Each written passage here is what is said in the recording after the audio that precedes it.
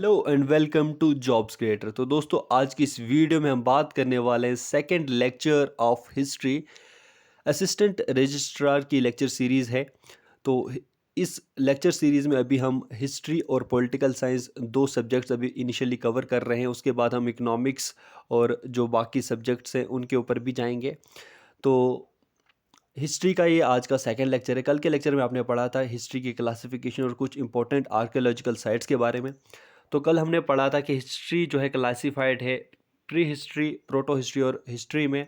कल हमने pre history के बारे में मोस्टली हमने पढ़ लिया था। पैलेओलिथिक, नियोलिथिक और मीज़ोलिथिक जो पीरियड्स थे उनके बारे में हमने अच्छे से पढ़ा था।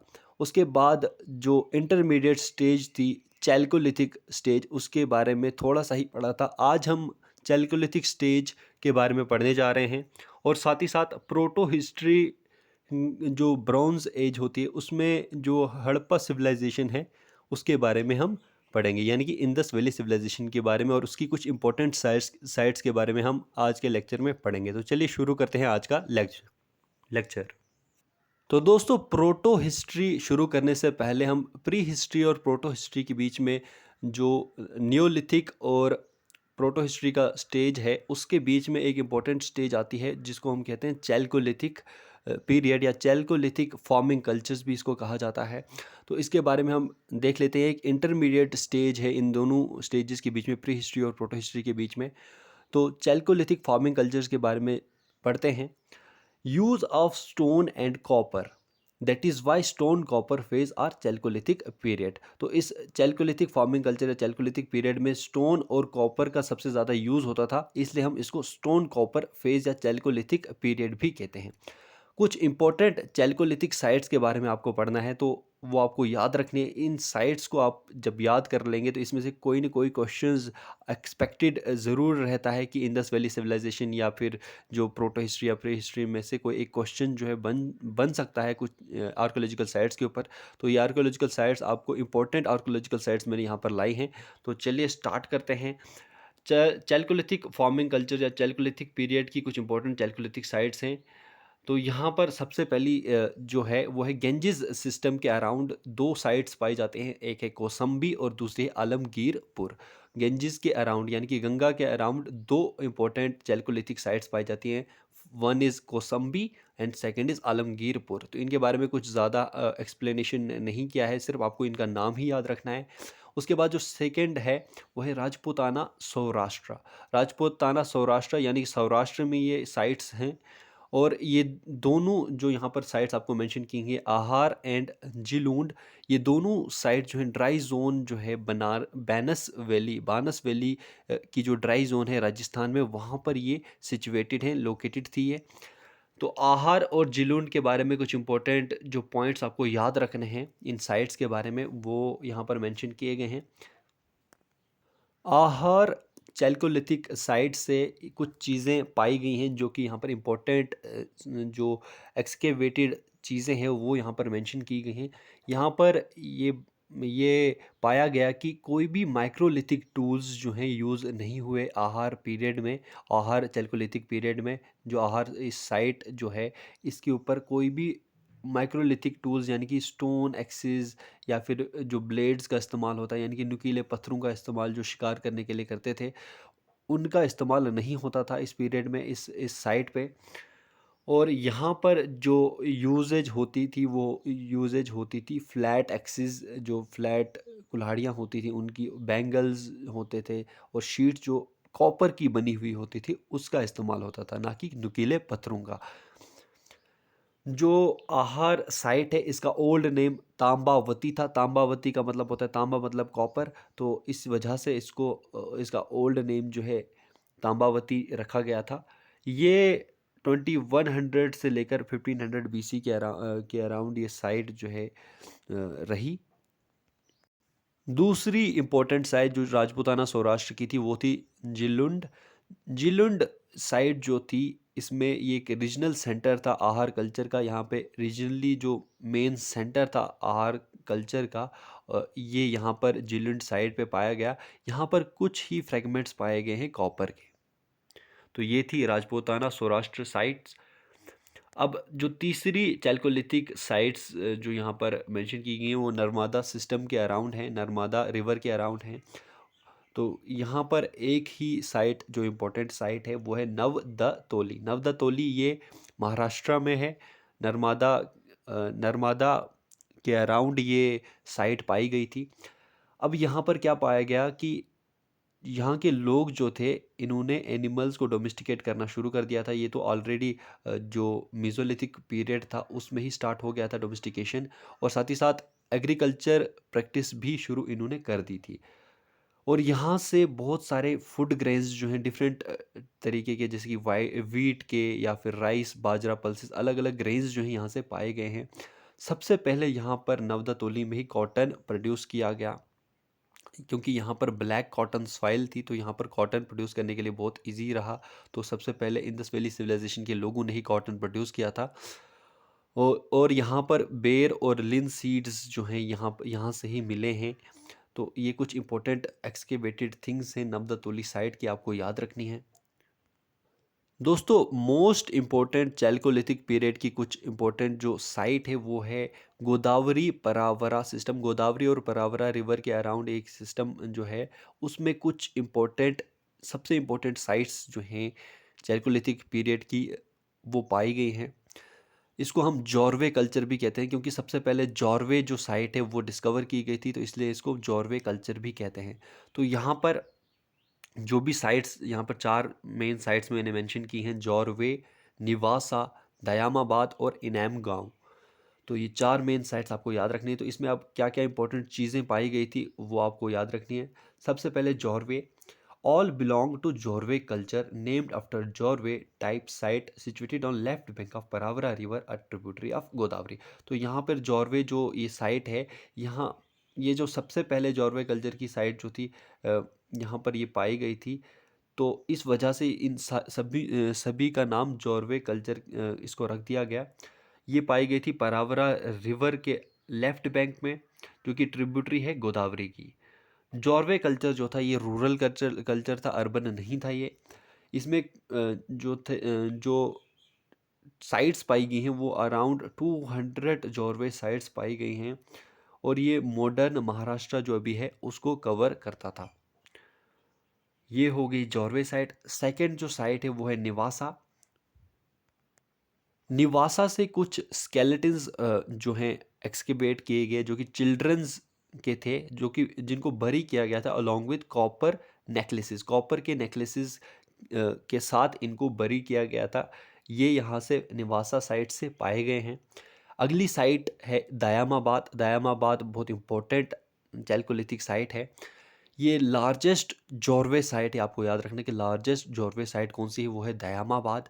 और ये यहाँ पर बहुत ज़्यादा नंबर में ब्रॉन्ज़ के बनी हुई चीज़ें जो है यहाँ से पाई गई थी। तो ब्रॉन्ज़ कल्चर का जो आगमन हुआ था यहीं से हुआ था। उसके बाद प्रोटो हिस्ट्री में यहाँ पर आप देखेंगे कि इंडस वैली सिविलाइजेशन में ब्राउन्स का इस्तेमाल बहुत ज़्यादा हो गया था। और दयामाबाद ये जो साइट थी ये अर्बन स्टेज पे थी, यानी कि अर्बन यहाँ पर बहुत ज़्यादा डेवलपमेंट हो चुकी थी। आखिरी जो इम्पोर्टेंट साइट थी जॉर्वे कल्चर की वो थी इनाम गांव। इनाम गांव जो ये साइट थी, यहाँ पर बहुत ज़्यादा जो मड हाउसेस हैं यहाँ से पाए गए हैं, ओवंस यहाँ से पाए गए हैं, सर्कुलर हाउसेस यहाँ पर पाए गए थे। तो ये सब यहाँ से डिस्कवर किए गए हैं। और ये जो इनाम गांव साइड के लोग थे यहाँ, ये बहुत एक्सपर्ट थे इन कॉपर स्मिथ यानी कि मूर्तिकार कला में ये बहुत ज़्यादा निपुण थे। और ये स्पिनिंग और वीविंग जो थी क्लॉथ की वो भी ये जानते थे कि कैसे किया जाता था। यहाँ से कुछ टेराकोटा फिगर्स भी पाई गई हैं। वुमेन की टेराकोटा यानी कि मिट्टी से बनी हुई कुछ मूर्तियाँ भी यहाँ से पाई गई हैं। और ये भी जो साइट थी इनाम गांव, ये अर्बन साइट थी। तो ये कुछ इंपॉर्टेंट चीज़ें आपने याद रखनी हैं। 4 इंपॉर्टेंट साइट्स जो गोदावरी परावरा सिस्टम के अराउंड ये पाई गई हैं। गोदावरी और परावरा जो रिवर्स हैं उसके अराउंड ये चारों साइट्स पाई गई हैं। इसको हम जॉर्वे कल्चर भी कहते हैं। जॉर्वे, निवासा, दयामाबाद, इनाम गांव ये हैं। उसके बाद आपने पहले पढ़ा कि नर्मदा सिस्टम में नवादा तोली जो साइट है ये इंपॉर्टेंट है। और अगली जो आपने वो साइट चैल्कोलिथिक साइट पड़ी वो थी राजपूताना, सौराष्ट्र के अराउंड आहार और जिलुंड, और कौसाम्बी और आलमगीरपुर ये गंगा के अराउंड चैल्कोलिथिक साइट्स पाए गए हैं। तो ये कुछ इंपॉर्टेंट चैल्कोलिथिक साइट्स के बारे में आपने पढ़ा। दोस्तों आपको ये सारी साइट्स आपको याद रखनी है, कुछ क्वेश्चंस जो हैं यहाँ से ज़रूर आ सकते हैं।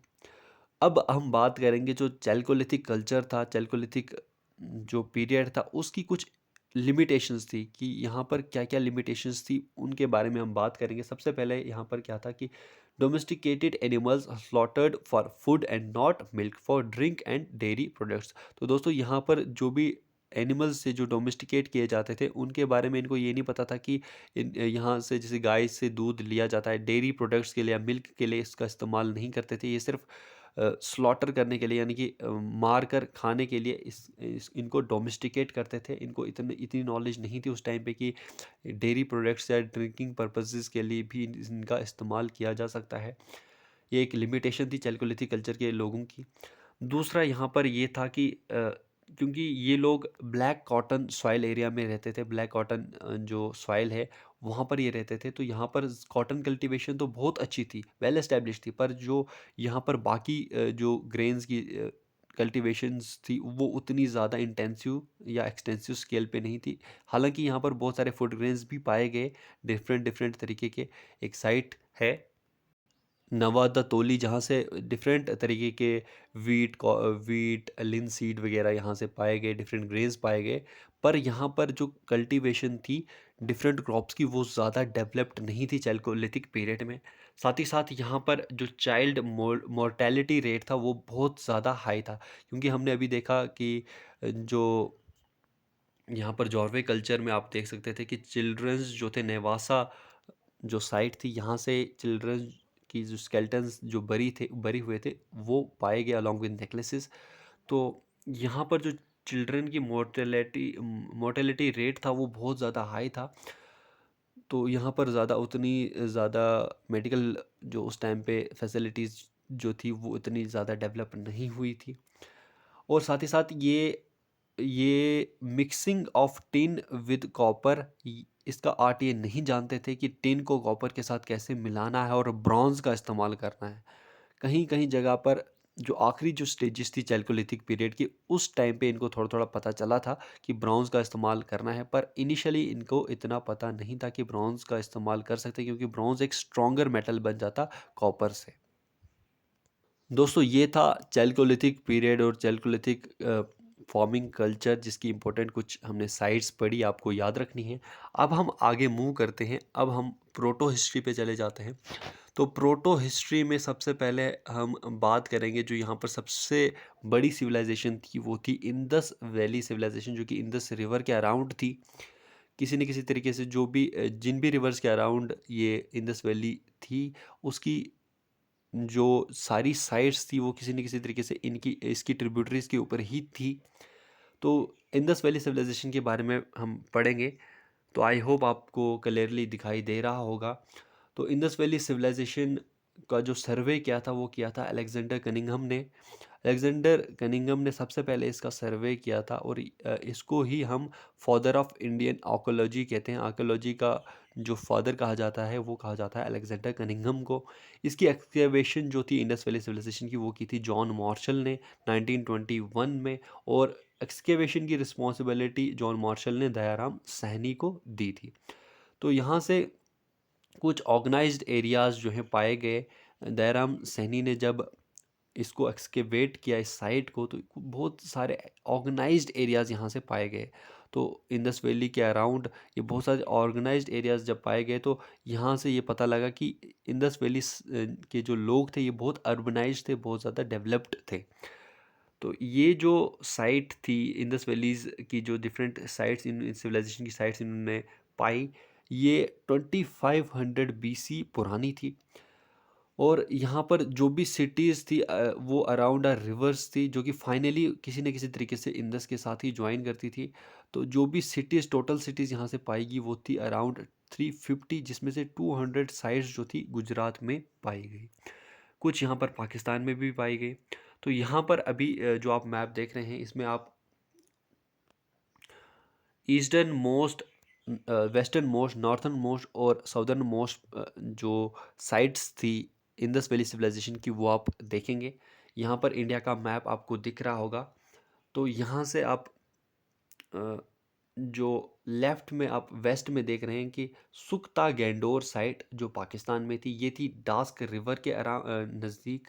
उसके बाद ऊपर चले जाइए आप नॉर्थ में मांडा, ये मांडा साइड जो थी ये जे में थी, नियर चिनाब रिवर।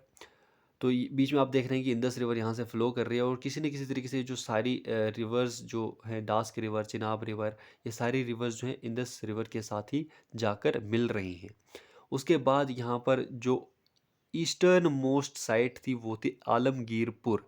आलमगीरपुर ये इंदस वैली साइट ये दिल्ली में थी, और ये हिंडन रिवर के नियर थी, उसके नज़दीक थी। और जो साउदर्न मोस्ट साइट थी इंदस वैली सिविलाइजेशन की वो थी दयामाबाद। दयामाबाद महाराष्ट्र में थी, और ये परावरा रिवर के अराउंड थी। अभी हमने पढ़ा कि दयामाबाद जो थी एक चैल्कोलिथिक साइट भी इसको कहा जाता था, पर ये बाद में इंदस वैली सिविलाइजेशन की साइट भी इसको कहा जाता है। तो ये परावरा रिवर के अराउंड थी। तो ये आपने इस मैप में आपने देख लिया कि चार जो इसकी जो एक्सट्रीम्स पे हैं, एक ईस्टर्न मोस्ट साइट है, वेस्टर्न मोस्ट साइट है, नॉर्दर्न मोस्ट साइट और साउदर्न मोस्ट साइट। ये आपको इसी तरीके से याद रखनी है। ये आपको पूछ सकते हैं कि ईस्टर्न मोस्ट साइट कौन सी थी इंदस वैली सिविलाइजेशन की, या वेस्टर्न मोस्ट साइट कौन सी थी, या नॉर्दर्न मोस्ट या साउदर्न मोस्ट। तो इस प्रकार से आप याद रखेंगे। आगे अब हम मूव करते हैं। अब हम बात करेंगे इंदस वैली साइट्स के बारे में। इंदस वैली साइट जो कुछ इम्पोर्टेंट साइट्स जो यहाँ से पाई गई, और उन साइट्स से हमें क्या क्या मिला, उसके बारे में हम डिस्कस करेंगे। दोस्तों, इंदस वैली सिविलाइजेशन की सबसे पहली एक्सकेवेटेड साइट थी हड़प्पा। तो फर्स्ट एक्सकेवेटेड साइट थी हड़प्पा, इसलिए इस सिविलाइजेशन का नाम हड़प्पा सिविलाइजेशन भी रखा गया। और ये यहाँ पर हड़प्पा में एक्सकेवेशन स्टार्ट हुई थी 1921 में। हड़प्पा सिविलाइजेशन रावी रिवर के नज़दीक थी, और ये पाई गई थी mount Gauri district in Pakistan. Mount Gauri district in Pakistan, यहाँ से ये एक्सकेवेट की गई थी। यहाँ पर जो चीज़ें एक्सकेवेट हुई थी उसके बारे में हम बात करते हैं कि कौन कौन सी चीज़ें यहाँ से एक्सकेवेट की गई थी। सबसे पहले यहाँ पर एक्सकेवेट की गई थी पॉटर्स व्हील। पॉटर्स व्हील यहाँ से जो था वो यहाँ से एक्सकेवेट हुआ था। उसके बाद लेबर हाउसिंग श्रमिक आवास जो है यहाँ से एक्सकेवेट हुआ था। फिर ग्रेनरीज, यानी कि बहुत सारी ग्रेनरीज जो अनागार वगैरह थे, जहाँ से ये बहुत ज़्यादा वो स्टोर करते थे अनाज को, वो यहाँ पे पाई गई थी। आइडल्स पाए गए थे। मोर्टार एंड पेस्टल जो है यहाँ से पाया गया था। कॉफिन बॉक्स यानी कि लाशों को दफनाने के लिए यहाँ पे कॉफिन बॉक्स पाया गया था, और लाशों को दफनाया जाता था। एक यहाँ पर ग्रेवयार्ड पाया गया था, RH-37 ग्रेवयार्ड यहाँ पर पाया गया था। और एलिफेंट की हेड यहाँ से पाई गई थी। एलिफेंट टस्क यहाँ से पाया गया था। सिल्वर कॉइन्स यहाँ से मिली थी। सबसे पहले सिल्वर कॉइन्स यहीं से मिली थी, कि सिल्वर का इस्तेमाल भी यहाँ से हड़प्पा जो इंदस वैली सिविलाइजेशन है, यहाँ से सिल्वर का इस्तेमाल भी स्टार्ट हो गया था। हॉर्न सील, यानी कि हॉर्न का स्टैम्प जो था कॉइन्स के ऊपर, वो पाया गया था। तो ये थी हड़प्पा सिविलाइजेशन की कुछ इम्पोर्टेंट एक्सकेवेटेड चीज़ें जो यहाँ से पाई गई थी। अब अगली जो साइट है इंदस वैली सिविलाइजेशन की, वो इम्पोर्टेंट साइट है मोहनजोदाड़ो। मोहनजोदाड़ो जो थी एक्सकेवेट की थी राखल दास बनर्जी ने। इंदस रिवर के नज़दीक ये साइट थी ये, और एक्सकेवेट ये हुई है लरखाना डिस्ट्रिक्ट इन पाकिस्तान में ये थी। अब यहाँ से क्या चीज़ें मिली हैं वो भी आपको याद रखने की ज़रूरत है। यहाँ पर सबसे पहले मिला था प्रीस्टली रेजिस्टेंस, यानी रेजिडेंस। प्रीस्टली रेजिडेंस मतलब यहाँ पर जो प्रीस्ट वगैरह थे उनका आवास मिला है, उनका घर मिला है, कि प्रीस्ट यहाँ पर रहते थे। उसके बाद जो यहाँ पर पाया गया है वो पाया गया है ग्रेट बाथ यानी स्नानागार। यहाँ पर स्नान करने के लिए जो बहुत बड़ा एक ग्रेट बाथ बनाया गया था, एक बहुत बड़ी जो साइट है ग्रेट बाथ की, एक साइट पाई गई है इस मोहनजोदाड़ो साइट से। साथ ही साथ यहाँ पर ग्रेनरीज जो थी अनाज को स्टोर करने के लिए, ये भी पाई गई थी। और यहाँ पर इंडस वैली सिविलाइजेशन की सबसे बड़ी ग्रेनरीज पाई गई हैं, जो कि लार्जेस्ट मोनूमेंट है इंडस वैली सिविलाइजेशन का। यहाँ से बहुत सारे वेल्स जो थे, कुएं भी पाए गए हैं। कॉटन के ये क्लोथ्स यहाँ पर पाए गए हैं, कॉटन के कपड़े पाए गए हैं। यहाँ के जो रोड्स थे वो बहुत ज़्यादा वाइड थे, ये देखा गया। साथ ही साथ यहाँ पर आइडल वर्शिप भी की जाती थी। पशुपतिनाथ यानी कि शिव की पूजा यहाँ से यहाँ पर की जाती थी। ये पूजा स्टार्ट हुई थी, शिव की पूजा। और साथ ही साथ यहाँ पर बहुत बड़ा एक ऑडिटोरियम भी पाया गया था, जहाँ पर राजा और उसके सारे जो सभागार होते थे वो आपस में मिलकर सभाएं करते थे।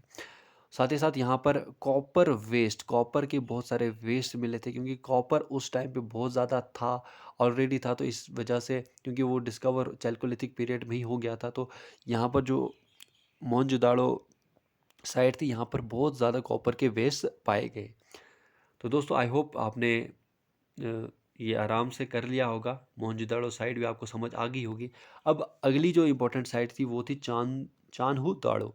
चान्हू दाड़ो ये साइट एक्सकेवेट की थी गोपाल मजुमदार ने, near Indus river in Nawabshah district Pakistan. Nawabshah district Pakistan, Indus river के नज़दीक ये साइट एक्सकेवेट की गई।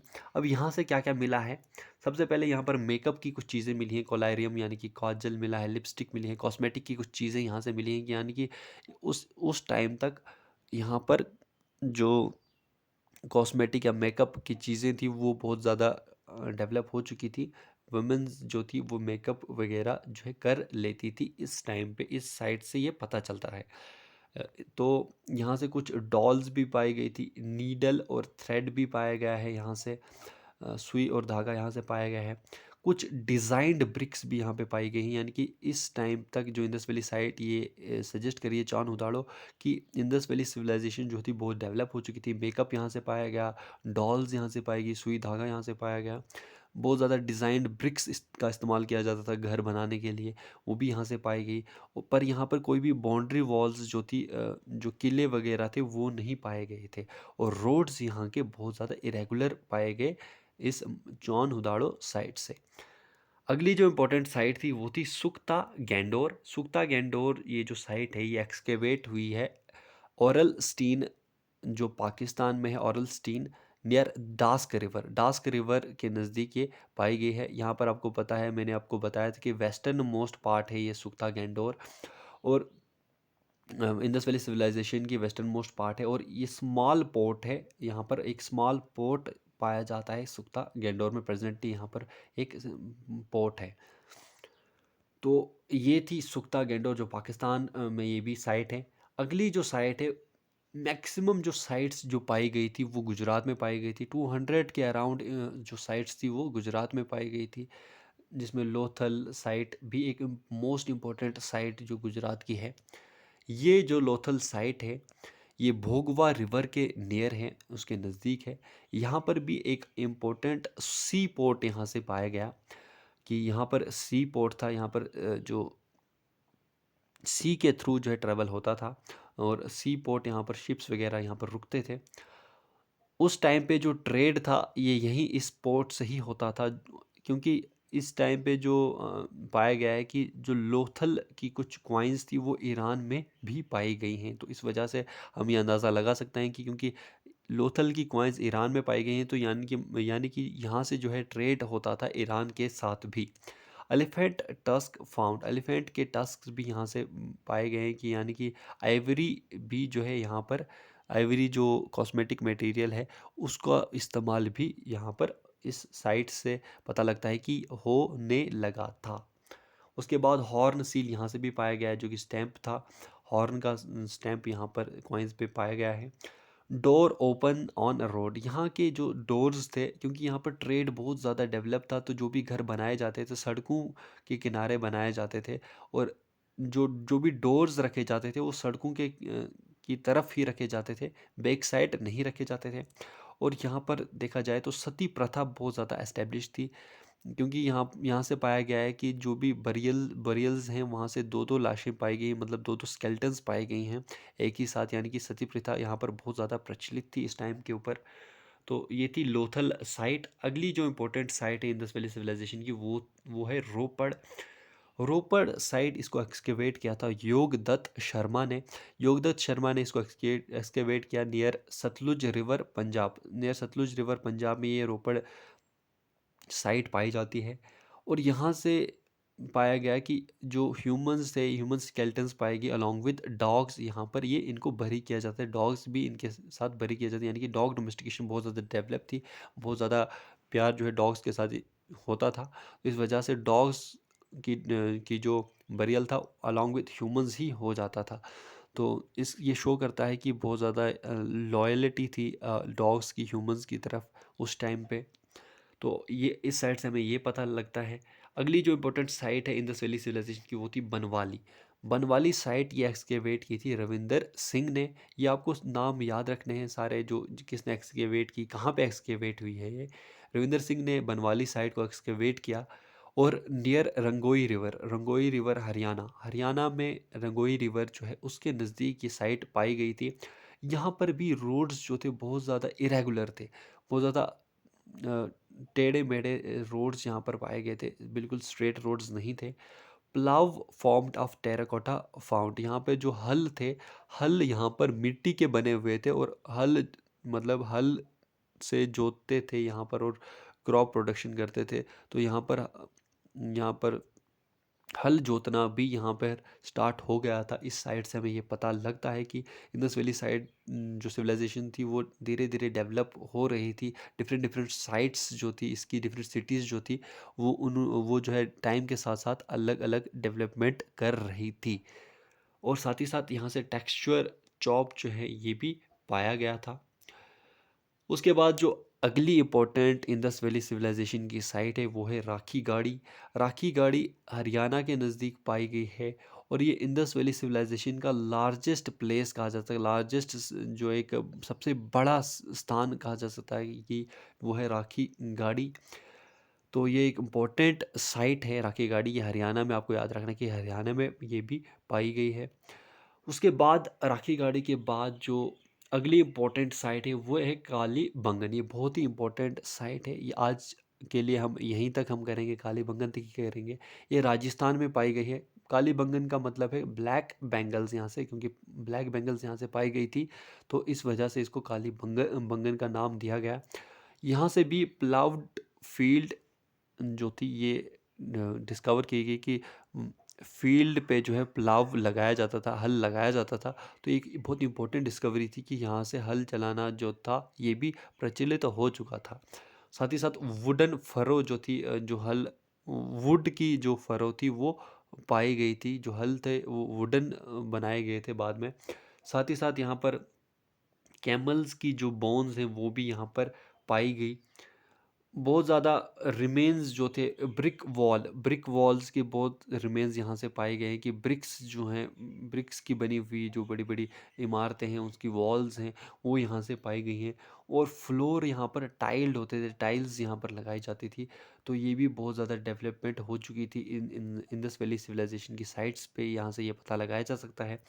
उसके बाद यहाँ पे दो तरीके के बरियल होते थे, दफनाया जाता था दो तरीक़ों से, सर्कुलर ग्रेव में या फिर रेक्टेंगुलर ग्रेव में। सर्कुलर ग्रेव खोदी जाती थी या उसमें दफनाया जाता था, या फिर रेक्टेंगुलर ग्रेव जो है खोदी जाती थी उसमें दफनाया जाता था। तो ये थी कालीबंगन साइट। तो दोस्तों ये थी हमारी आज की इंडस वैली सिविलाइजेशन की बहुत इंपॉर्टेंट कुछ साइट्स, और साथ ही हमने चैल्कोलिथिक पीरियड के कुछ इंपॉर्टेंट चीज़ों के बारे में भी जाना, कुछ इंपॉर्टेंट साइट्स के बारे में जाना, और उसमें क्या क्या लिमिटेशंस रह गई थी चैल्कोलिथिक पीरियड में वो भी हमने जाना। अब आज के लेक्चर में फ़िलहाल इतना ही। अब कल के लेक्चर में हम कुछ इंपॉर्टेंट जो सिविलाइजेशंस जो थी, सबसे पुरानी सिविलाइजेशन जो मेसोपोटामियन सिविलाइजेशन थी उसके बारे में हम बात करेंगे।